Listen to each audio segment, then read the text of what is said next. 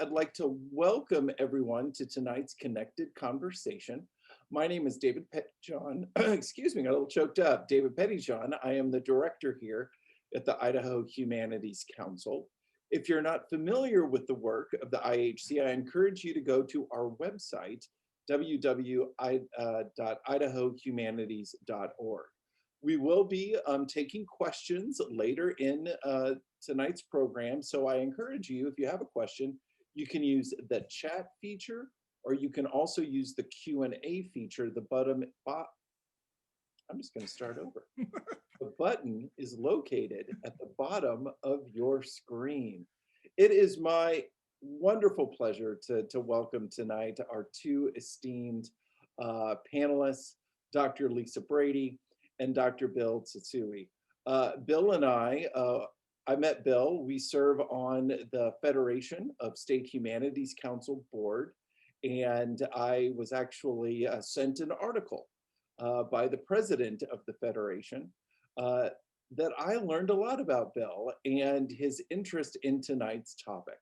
So I reached out to see if he would be willing to speak, and he has generously agreed to do so. But to learn more about Bill, I'm going to turn it over to Dr. Lisa Brady. Dr. Brady is a professor of history at Boise State University and the incoming chair of the department. And Dr. Brady has also served as the chair of the Idaho Humanities Council. So welcome, and Lisa, I will turn it over to you. Excellent. Thank you so much, David. This is such an honor and pleasure to be able to introduce my good friend, my mentor, and my colleague, Dr. William Bill Tsutsui. Bill has an impressive resume with degrees from Harvard, Oxford, where he was a Marshall Scholar, and Princeton, where he earned his PhD.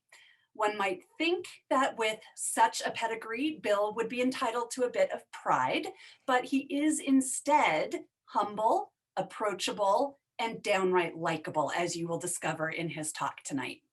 This may be why he has been so successful and in such high demand. He currently serves on the boards of directors of the Association for Asian Studies, the U.S.-Japan Council, and, as David mentioned, the Federation of State Humanities Councils. He was recently appointed to the Japan-United States Friendship Commission. I can't think of a better person to serve on that board. As you'll see again, he's friendly, he's wonderful. Bill has served in many leadership roles, including History Department Chair and Executive Director of the Confucius Institute at the University of Kansas, which is where Bill and I first got to know each other. He has been Dean of the Dedman College of Humanities and Social Sciences at Southern Methodist University, and recently president of Hendrix College, a top-tier liberal arts college located in Conway, Arkansas, which apparently is totally underwater at present. This coming year, however, Bill is going to change locations.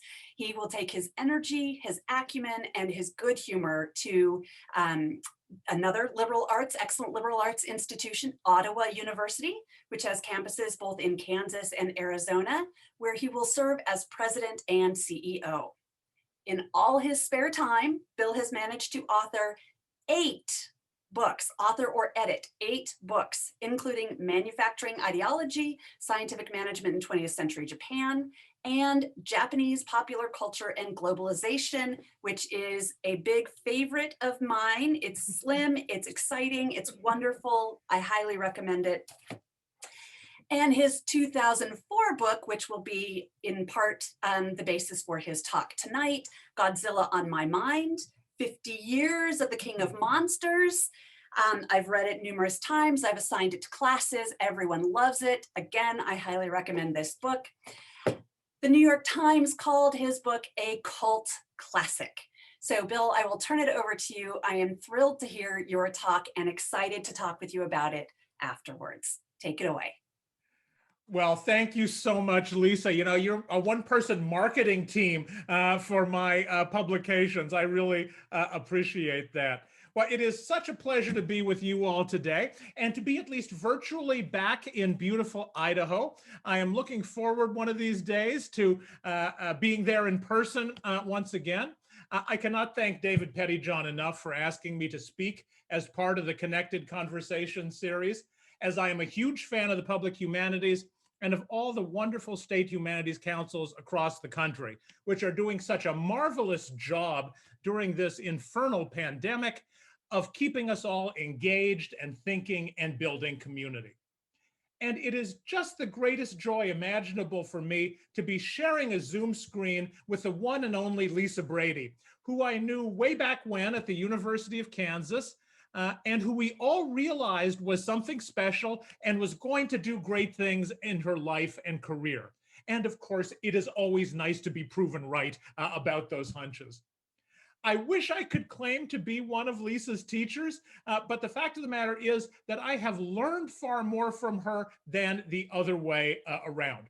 Thank you, Lisa, for that lovely introduction and for being part of the conversation. I'm really looking forward to that. Now on to the main event. Let's talk Godzilla.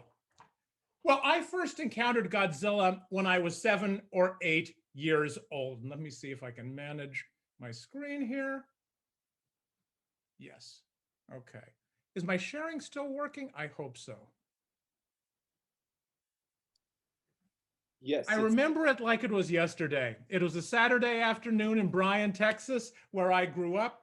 I was lying on my stomach on the blue shag carpeting in my parents' bedroom. Hold on, I'm gonna share this again. I was lying on the blue shag carpeting in my parents' bedroom in front of our big old Zenith TV set in its fake wood grain case. It was tuned to channel 39 from Houston, and the Creature double feature was on. I remember Godzilla appearing on the screen, and I remember falling in love. I wanted to be Godzilla. I wanted to be huge. I wanted to be able to knock down skyscrapers and bat fighter planes out of the sky. I wanted to make chemical plants explode. Godzilla was and is a great kiddie fantasy, but Godzilla was more than that to me. As a chubby Japanese-American boy in a small Texas town with a total of 2 Japanese-American families, Godzilla was more than just a 3rd grader's Saturday afternoon power trip. Godzilla became an important source of my personal identity. My friends and classmates at school, needless to say, didn't know a lot about Japan other than Pearl Harbor, and I guarantee you they'd never heard of the Japanese-American internment. But they all thought Godzilla movies were pretty cool. And so I embraced Godzilla as something about Japan and my heritage that I could relate to and be proud of. I'm just guessing that most of you don't think of Godzilla as an ethnic hero, but he was to me. And here's a photo of as close as I've gotten to actually becoming Godzilla, Halloween 1972, in a costume made by my mother and grandmother, just about to head off to the haunted house at Davy Crockett Elementary School. So why tell this story? Well, partly because it gives me a chance to indulge in a bit of nostalgia, but more importantly, because it shows nicely, I think, how Godzilla is more than just a series of laughably cheesy films featuring an actor in a rubber suit walking through toy cities.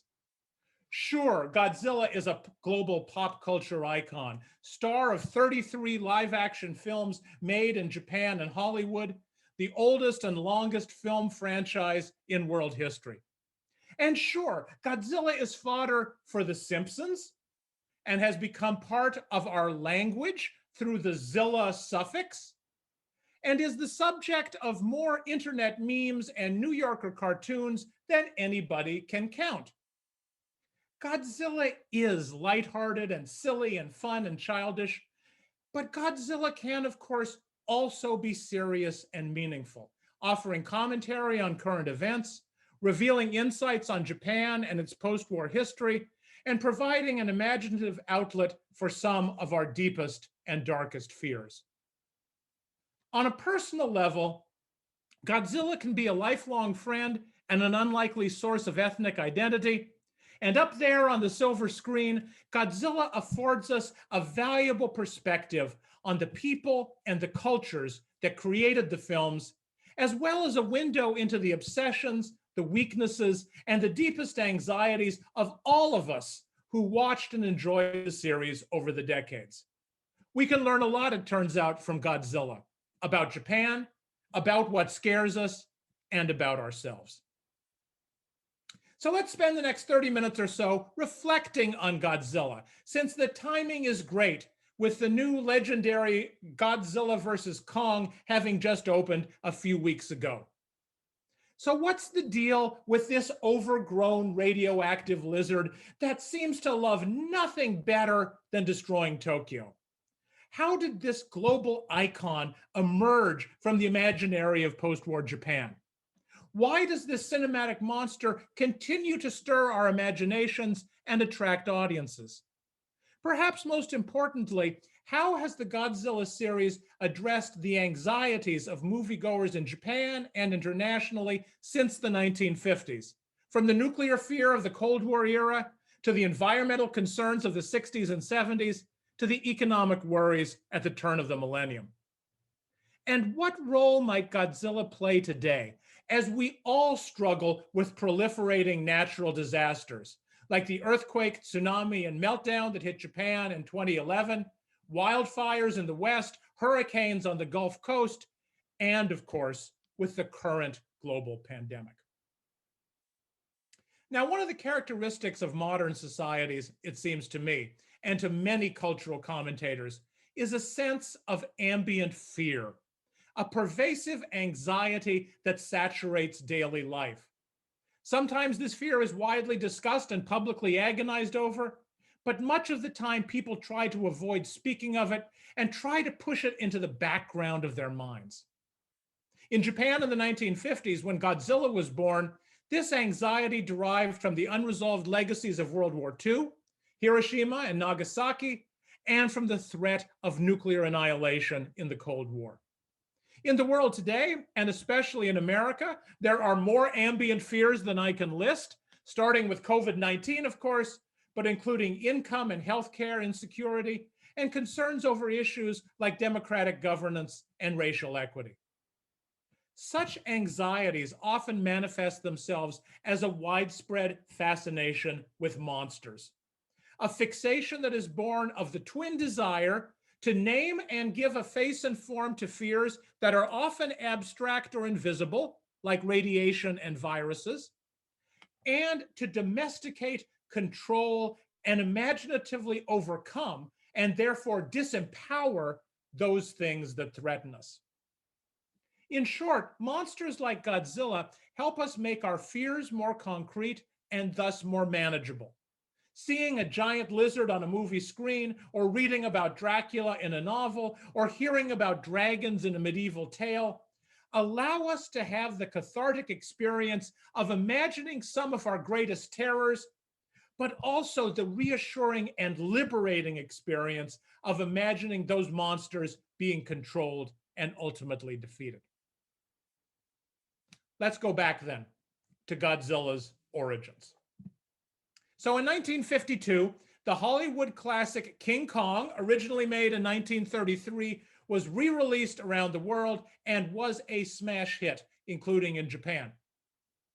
Hollywood saw the potential in giant monsters, so the very next year, Warner Brothers made The Beast from 20,000 Fathoms, which, if you've seen it, is about a dinosaur that swims up the Hudson River to spawn and ends up being barbecued at Coney Island. Also turned out to be a big blockbuster. Japanese film studios have never been shy about stealing a good idea, so Japanese movie makers began work on their own creature feature. But Godzilla was not just created from commercial ambitions at the box office. It was very much ripped from the headlines and conditioned by superpower politics and atomic age fears. So in March of 1954, a Japanese fishing vessel called the Lucky Dragon No. 5 strayed into the US nuclear bomb testing zone near Bikini Atoll. The crew was exposed to massive amounts of radiation in the Castle Bravo test, the largest H-bomb test to date. One crew member died, and some of the irradiated tuna on the ship made it onto the market in Japan. The United States, as was its custom with nuclear tests in those days, denied everything, never apologized, paid only token restitution to the families. But this, of course, was huge news in Japan. It was called the latest atomic bombing of Japan in the media, especially, of course, since the attacks on Hiroshima and Nagasaki remained very fresh memories. Godzilla was thus very much born of the atomic bombings of 1945 and reflected Japan's collective trauma, still raw in the 1950s, at those horrifying events, at defeat in World War II, and at being occupied after the war by the United States for 7 years.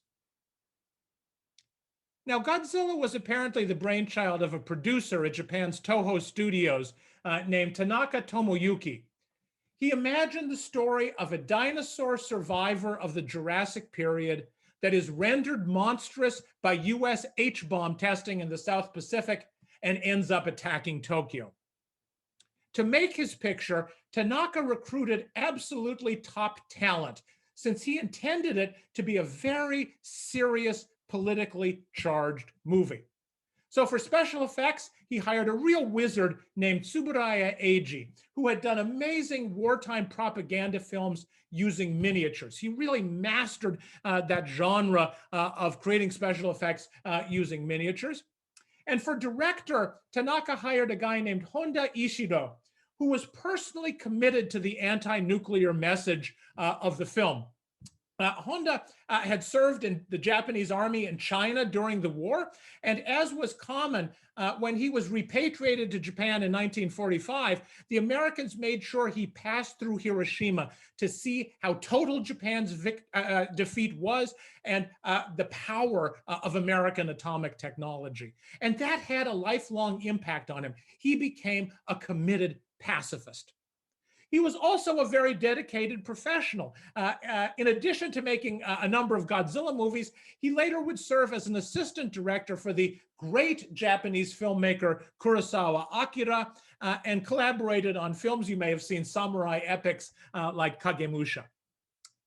Now, the name Gojira, which was later rendered into English as Godzilla, was allegedly a nickname given to an overweight press agent at Toho Studios, and was a combination of two Japanese words, gorira, gorilla, and kujira, or whale, and that rendered Gojira. It was then brought into English as Godzilla.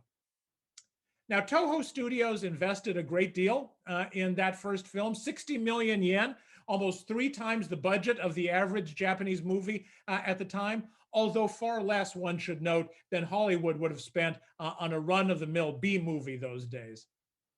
Gojira opened on November 3rd, 1954. Box office receipts were strong, and its popularity, as well as its export potential, were such that a franchise was born. The American version of this first film, called Godzilla King of the Monsters, opened in the United States in 1956.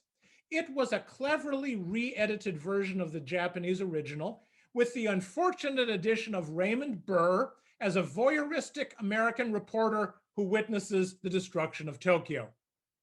This version was considerably altered from the original Japanese film. Some have called it censored or even whitewashed, notably in that all references to World War II, all mention of the atomic bombs, and anything that could be considered even vaguely critical of the United States was removed. Another interesting fact is that the American version was subsequently subtitled in Japanese and released in Japan, where it was in turn very successful. So imagine that original Japanese film, edited by Hollywood, 20 minutes of the original film left on the cutting room floor, in comes Raymond Burr. That Hollywood altered version is then subtitled in Japanese, released in Japan, and it does very well at the box office too. Now, Gojira is a dark, thoughtful, and politically charged film, made for adult audiences, simmering with implicit criticism of the United States, repressed feelings of Japanese pride and nationalism, and anxiety over nuclear testing and the threat of nuclear war. It masterfully played upon the audience's fears of the mounting Cold War and the lingering psychological and physical scars of Hiroshima, Nagasaki, and the fire bombings of Japanese cities during World War II. Many Japanese viewers at the time left theaters in tears. It was cathartic and therapeutic for a nation still struggling to make sense of its recent history and a world divided by superpower rivalries, where Japan was poor and vulnerable and caught between America and the Soviet Union. Gojira is surprisingly rich in meaning, especially as a movie about a giant angry lizard. And even though we may chuckle a little bit at the special effects today, they really were state of the art for the time. Gojira is truly a classic, and if you haven't seen it yet, it should be at the top of your watch list. Now, after that marvelous 1954 original, however, as you may know, the quality of the series declined quite rapidly. The serious message of the first offering was quickly jettisoned for more crowd-pleasing fare, and the age of the target audience declined steadily. By the 1970s, 8-year-olds were the main market for giant monster pictures. The films degenerated into big-time wrestling and rubber suits, and the scripts and special effects were remarkably cheesy, though at the same time quite appealingly campy. Who could not laugh at the King of the Monsters flying on his tail, or teaching his son how to blow radioactive smoke rings, or playing volleyball using a giant boulder with a gargantuan mutant lobster? This change in tone in the movies was due not just to shifting audience demographics, but also due to changes in Japan over time. Japan in the 1950s was an impoverished developing nation, still recovering from defeat economically and psychologically. By the 1960s, the Japanese economy was booming, and people were optimistic, increasingly affluent, and not so interested in seeing their nation destroyed by Godzilla and the parade of other giant creatures devised by Toho to battle him: Mothra, King Ghidorah, Rodan, and many, many others. So the movies became more lighthearted, and Godzilla was repositioned as a defender of Japan, a heroic figure, rather than as a vengeful monster intent on destroying the country.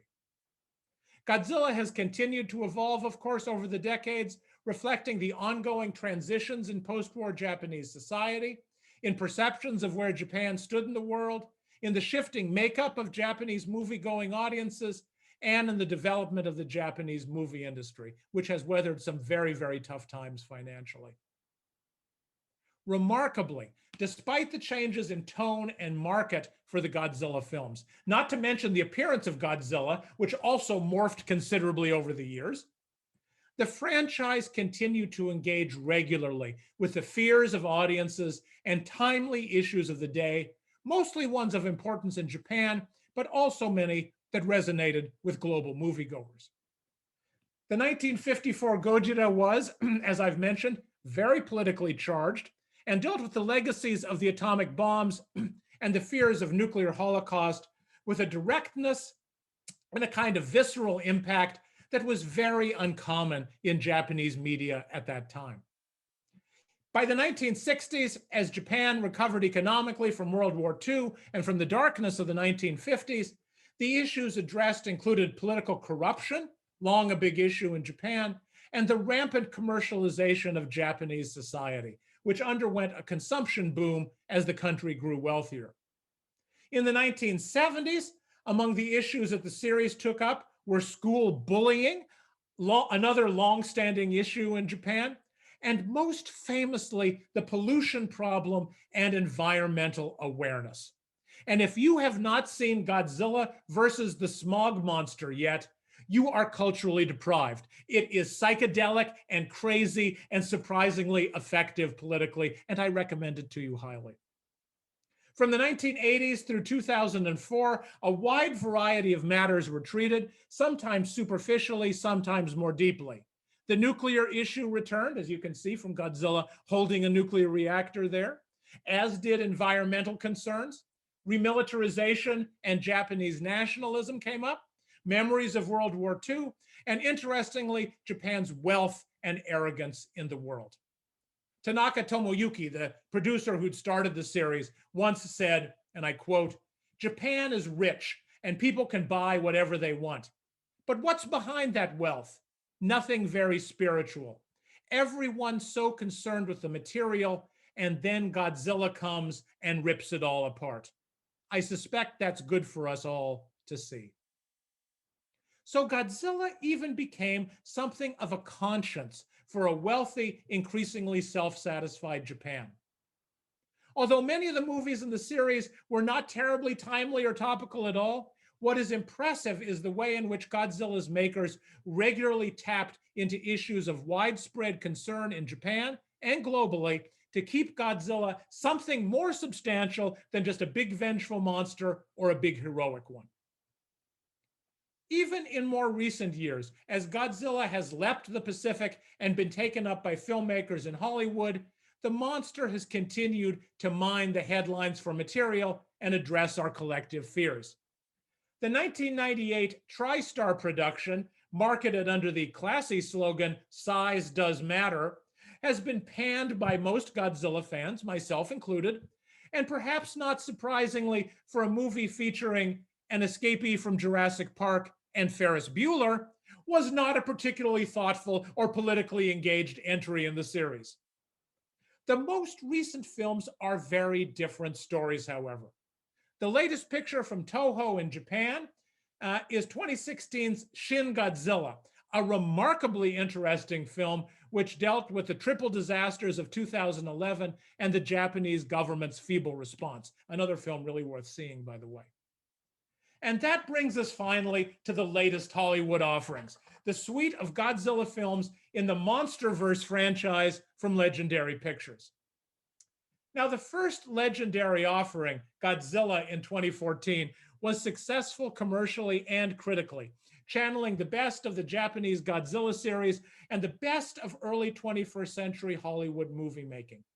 It had a message, it had a heroic Godzilla, and it spoke to timely issues. Specifically, it addressed the human ordeals of natural disasters like the San Francisco earthquake, Katrina, and the 2011 quake, tsunami, and nuclear accident in Japan.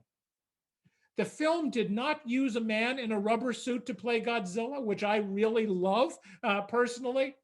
And while I might have preferred a slightly trimmer monster, especially as CGI meant there didn't need to be a human inside a bulky costume, it did have great special effects and the kind of pacing and drama that Hollywood really does so well in action pictures. Legendary's second movie, Godzilla King of the Monsters from 2019, was less successful in many respects, notably in its ham-fisted and harebrained attempts to address the threat of climate change, long an issue which I've felt Godzilla needed to tangle with. I am interested to hear what you all thought about Legendary's third try with Godzilla, the long-anticipated Godzilla versus Kong. I hope that most of you saw it, because while the human action was pretty much extraneous, I thought the big ape whomping on the big lizard and both of them whomping on a big robot was all pretty darn cool. One observation I would make about Hollywood's Godzilla movies is that the character of the monsters they present is very different from that of the Japanese franchise. Specifically, the American Godzillas, with the possible exception of the monsters in Godzilla vs. Kong, seem more like animals or other life forms, driven by deeply programmed genetic or biological urges, rather than like the more human monster presented by Toho. Thus, the TriStar creature is a mother impelled by a profound maternal instinct, while the legendary Godzilla is motivated not by any identification with America, but by a deep, natural, primal compulsion to battle another form of giant monster, the Mutos in the first Legendary film, for dominance. American filmmakers seem to want to see giant creatures animated by a kind of biological logic, rather than having anything approaching a real personality or character or soul.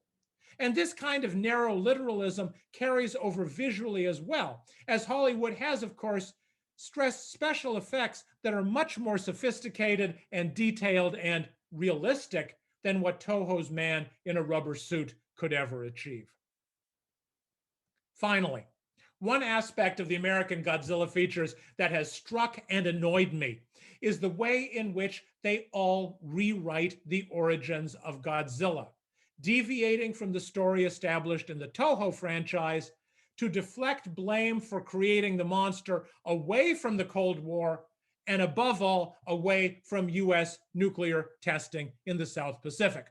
So let's go back to 1998 in the TriStar film, the Matthew Broderick Godzilla. If you're not going to pin the blame on America, well, who are you going to pin it on? Well, maybe you could try the Soviet Union, but there's someone even more fun than the Russians. If you can't blame America, blame the French. Okay, so Godzilla in that movie is created by French nuclear testing in Polynesia. And that's why we have the annoying Jean Reno character running all over that film.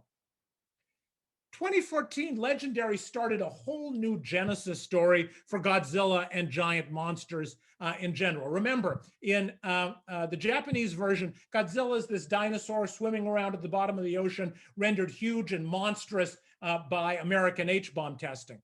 In Legendary's version, the world is hollow and is actually filled with a variety of giant monsters. And during the 1950s, these giant monsters start popping out of the Earth's core like popcorn, and they start appearing in the South Pacific.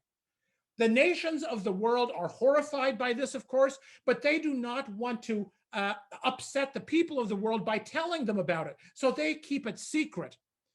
In this situation, America decides to use nuclear weapons to control the monsters popping out of the Earth's crust. So they drop weapons in the South Pacific to knock Godzilla back down. They tell the world they're testing H-bombs down there, but really, it really is a kind of humanitarian effort to control this monstrous force coming to get the world. And of course, in this process, America is blameless. Let me finish up because I've been talking a long time already. I'm eager to hear your comments and to chat with Lisa. Let me finish up by reflecting a little on the meaning of Godzilla in a time of pandemic. The well-known writer Mike Davis has long described lethal viruses as monsters. His 2005 book on the avian flu in Asia was called The Monster at Our Door. With the appearance of COVID-19, he extended the metaphor and titled an updated version of the book released last year, The Monster Enters. It is a bit hard to imagine a microscopic virus as a monster. And of course, people and filmmakers faced the same problem after 1945, when another invisible threat, nuclear radiation, appeared on the scene as a similar challenge to human existence. Some would argue this was the case with electricity as well, at a much earlier time, when jolts of voltage were unfamiliar and clearly dangerous and profoundly frightening to people. Frankenstein was one of the creatures born of a creative and psychic need to give shape to our fears of electricity. And Godzilla, along with cinematic creatures like the giant ants in Them, were physical manifestations of radiation, invisible but deadly, and with the dawn of atomic weaponry, gigantic in scale and sweeping in impact. I am sure there will be monsters created, and Godzilla may well fight them in future movies that give a tangible shape to the menace of an unseeable, novel coronavirus. This brings us back finally to the question of why the world still loves Godzilla after all these decades, and why the monster is seemingly more popular today than ever before. On the most basic level, Godzilla is just plain fun. The exuberance, the cheesiness, the cathartic nature of the destruction, all are just enjoyable to watch, whether you are 6 or 60. Godzilla is the outrageous guy that breaks all the rules and gets away with it, the walking disaster who leaves a trail of devastation behind him and inspires not just fear and loathing, but also admiration, awe, and an odd tingle of delight. But Godzilla also has a serious side. And I think one reason why we continue responding so strongly to him is because he has functioned as a cinematic conscience for viewers in Japan and globally since World War II. Godzilla's very presence, the disruption he causes to the status quo, and the existential threat the monster poses to our lifestyles, our comforts, our assumptions, and our complacency keeps us asking questions we know we need to keep asking about issues like the environment, war, nuclear energy, arrogance, prosperity, technology, and now, of course, biosecurity, globalization, and the appropriate reach of governments during moments of crisis.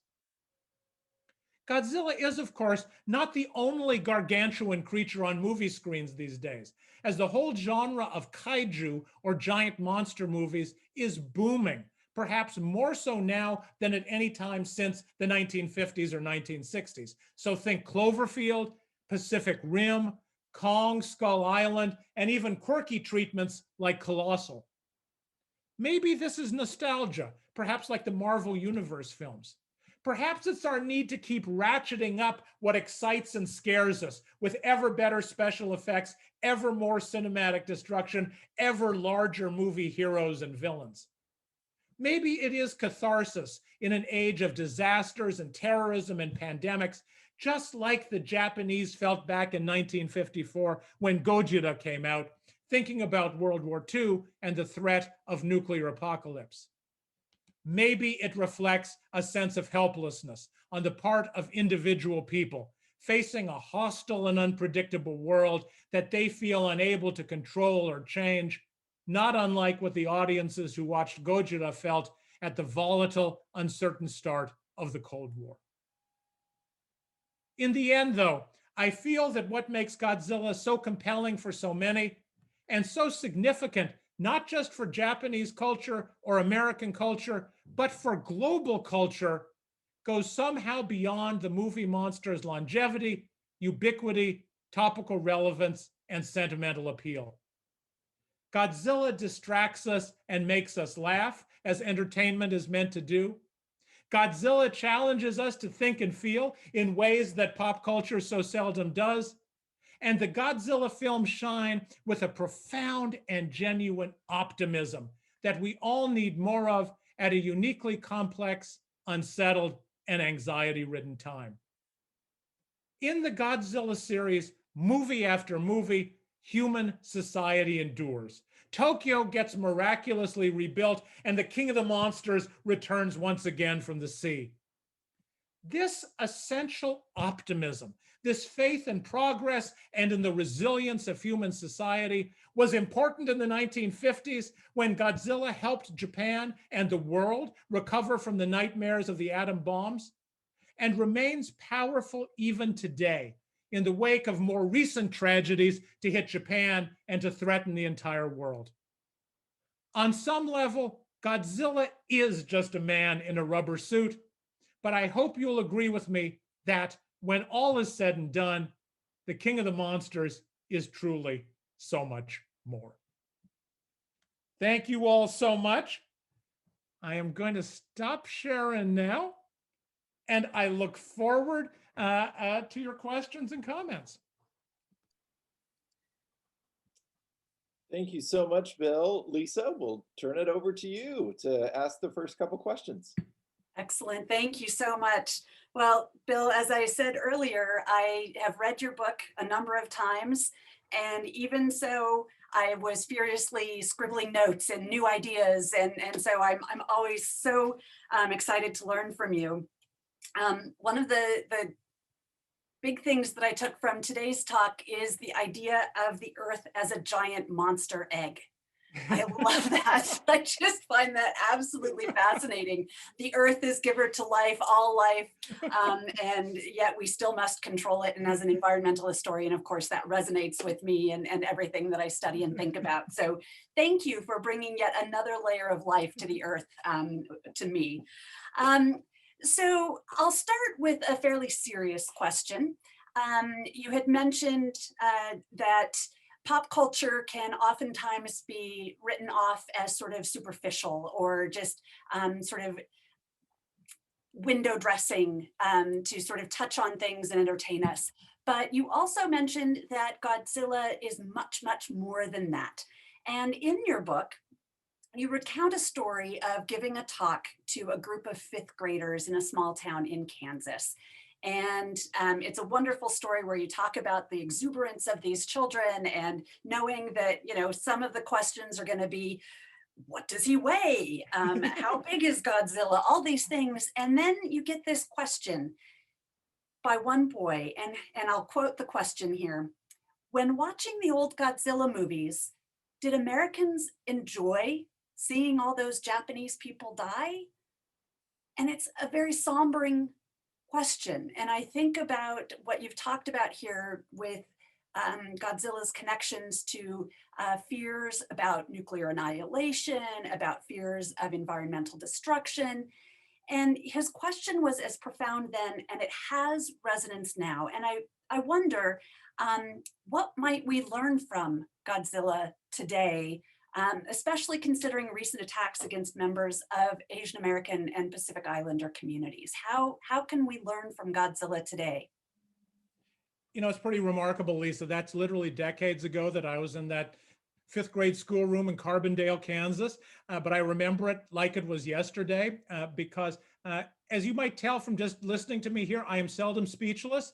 But when that young boy asked me that question, it really, I had never once in watching those films my whole life, loving those films, I had never once considered something like that. That had not crossed my mind. And so sometimes from the mouth of babes come these profound truths and things that are truly horrifying.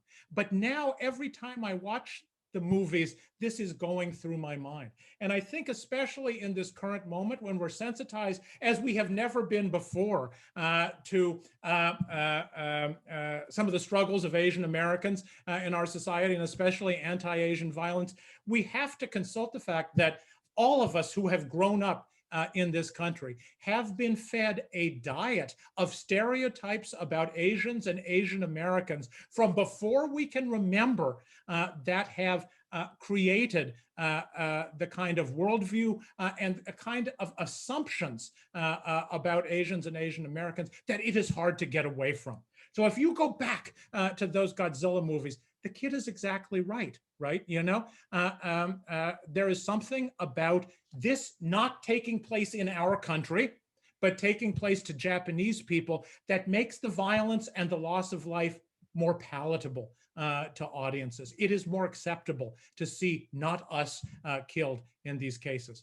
Also, if you think about it, in those Godzilla movies, the people are inevitably structured as smaller, okay? So they're diminutive, as we tend to think of Asian Americans, and they are sort of helpless. You know, what is the response of a Japanese crowd to seeing a monster? They run in fear and they scream. And I have a friend named Greg Flugfelder at Columbia University who has studied Godzilla posters extensively, and he compares Japanese Godzilla posters to American and European Godzilla posters, and it is much more common to have small fleeing people in American and European Godzilla movie posters than in Japanese ones.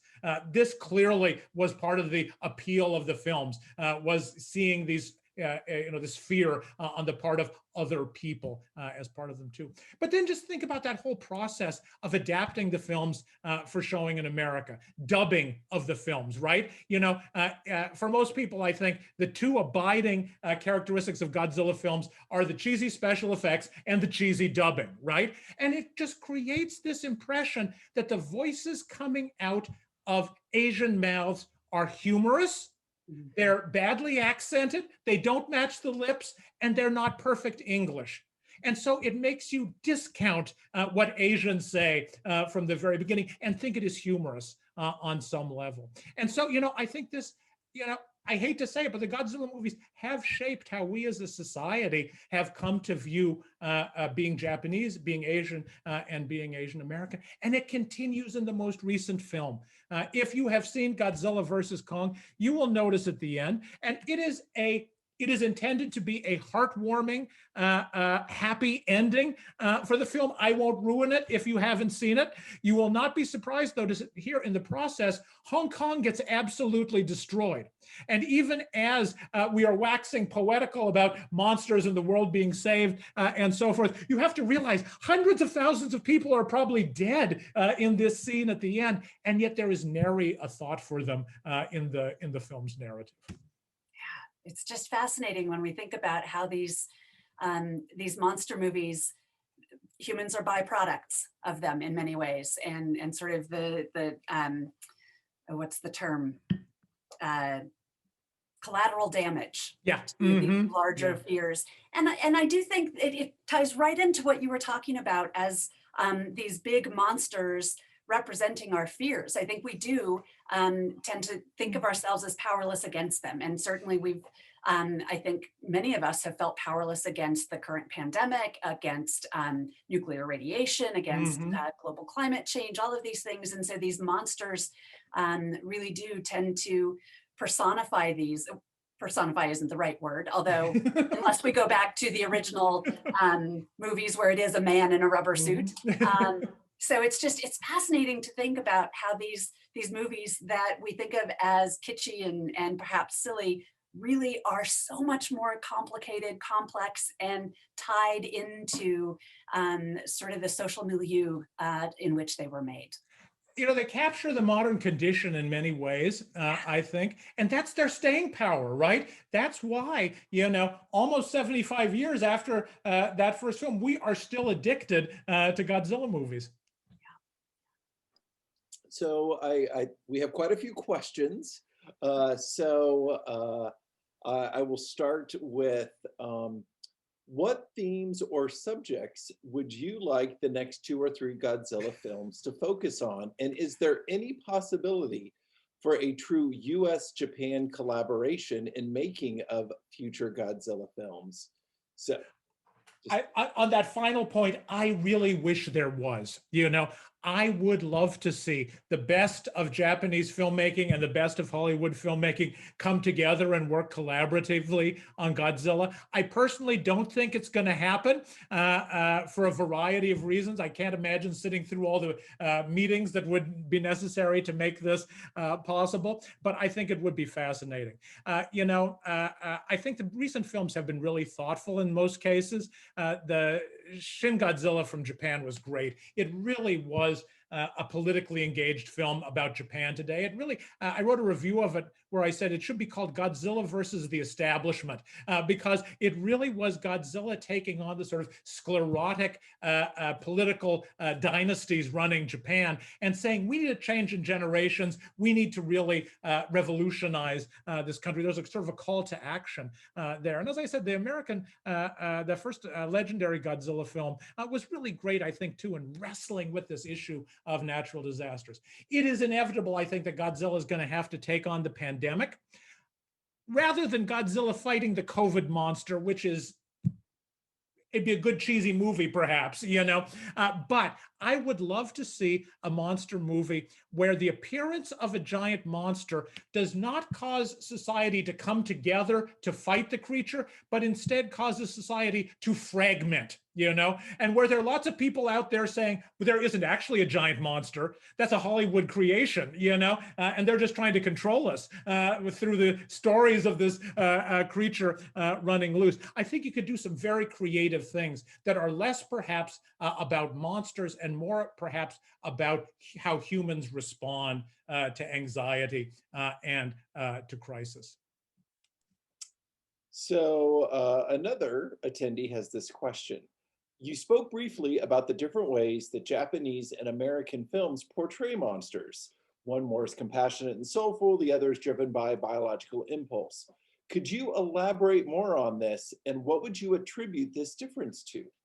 You know, that's a really, really great question. And I am not sure why American filmmakers are tied to this sort of idea that animals are animals and should always act like animals. It might simply go back to the very first film that really kicked off the monster on the loose, the giant monster genre, King Kong, right? Where the narrative works very well in that movie. That King Kong is this beast from Africa that is stolen out of the jungle and then sort of plays out as it would if you took a creature and let it loose in the city, you know, with anger, with fear, with a desire to bond with someone, and so forth. It might well be that just set the tone in American movies. What I'm struck with, though, looking at the original Japanese film, is how Godzilla really has a soul in that film. And if you have seen the film, I'm going to ask you to think back. Is there any way you could watch that film and not feel sorry at the end when the monster is killed? You know, because at the end of that movie, you realize the only victims aren't the people of Tokyo. The monster is a victim too. The monster didn't ask to be irradiated, right?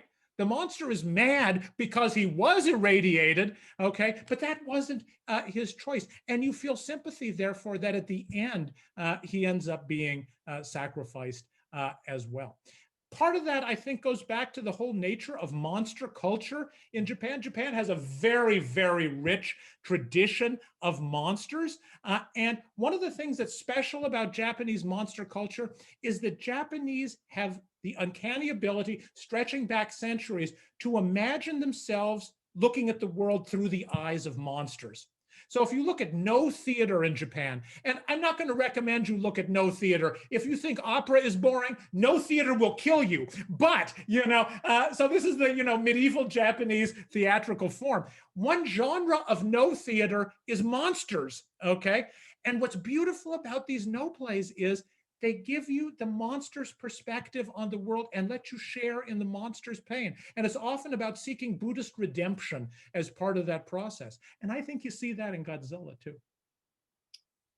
Somebody has a question. It says, this person has always wondered why Godzilla, a non-human monster, seems to have found more widespread acceptance among Western audience than someone like Ultraman, who is at least a humanoid superhero. So any thoughts on that? You know, it's really, there are so many interesting issues bound up in this. One of the things that's really interesting is, of course, that, you know, for many, many years, Godzilla was actually more popular globally than it was in Japan.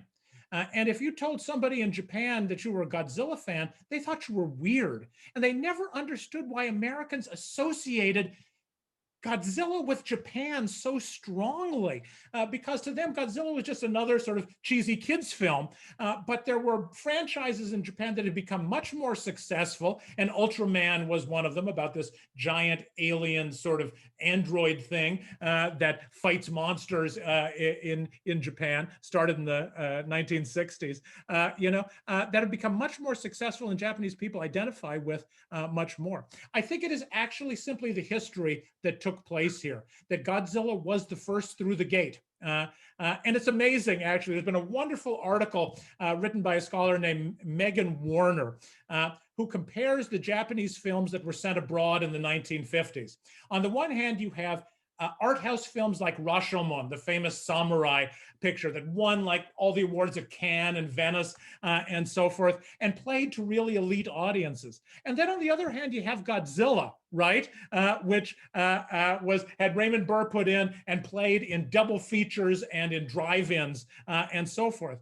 And the irony is, of course, that Godzilla became really popular, right? That Godzilla ended up being the most important property for promoting Japanese pop culture abroad. And I think it's just that early start that Godzilla got, and the fact that from the beginning it was pitched at a mass audience. It wasn't just for sort of cinematic elites, but it was for everybody, that just became what Americans related to in Japanese pop culture. Great. We have time for, I think, 2 more questions. So in the original Godzilla, the people who get close to Godzilla they get the radiation poisoning. So this question says, do you think that would be a way to approach Godzilla and the pandemic? Interesting. You know, I have never indulged myself in writing a screenplay for a Godzilla movie, and yet there's still people who will email me occasionally with screenplay ideas. They tend not to email the whole thing because they think I'm going to steal it from them and sell it in Hollywood or something. But I think you've got something there. I think that could be sort of fun, actually. So I will say in the chat, you know, there is some really good conversation going on. Team Godzilla, Team Kong, the whole notion of these individual teams is fascinating to me. So the final question, are there other similar long-running cross-cultural movie series that you know of and would recommend? You know, that's a great question. Japanese cinema is actually filled with movie series. Franchises are a huge deal in Japan. And so, you know, many of the world's longest and oldest film franchises are in Japan, but very few of them have made the leap to American audiences. One reason is because many of those Japanese film franchises are comedic, and nothing translates as poorly as comedy, right? Japanese comedy is not funny even to me, and I speak Japanese fairly well. You know, I just don't have that cultural background to really understand it. But giant monsters do translate. So to the extent there are other franchises from Japan, at least, that have made it internationally, there tend to be monster films. So Gamera is probably the other one. And if you haven't seen The Giant Flying Turtle, it is a blast. Pick up a Gamera movie. There's some that rival Godzilla. And, you know, otherwise in world cinema, a lot of those franchises have tended to come out of Europe. And those, of course, the cultural leap is not so great. James Bond works, you know, in the English-speaking world and globally fairly easily in a way that some other series do not. So I am actually going to reserve the last question for myself. What is your favorite Godzilla film? Well, you know, it's like picking your favorite child. I You know, know. it's Yeah. hard to do, you know, Yeah. because Yeah. even ones that for so long I panned. I just went back to watch a movie called Godzilla versus Megalon. And that is really from what is considered generally to be the artistic nadir of the series, you know, when really these movies were produced in the span of about 6 weeks. It was a slapdash effort. The special effects were hilarious. The costumes were falling apart. You know, it's a darn clever, fun movie to watch, you know? So even that one I can't pan. If you're going to watch one, watch the 1954 original Gojira.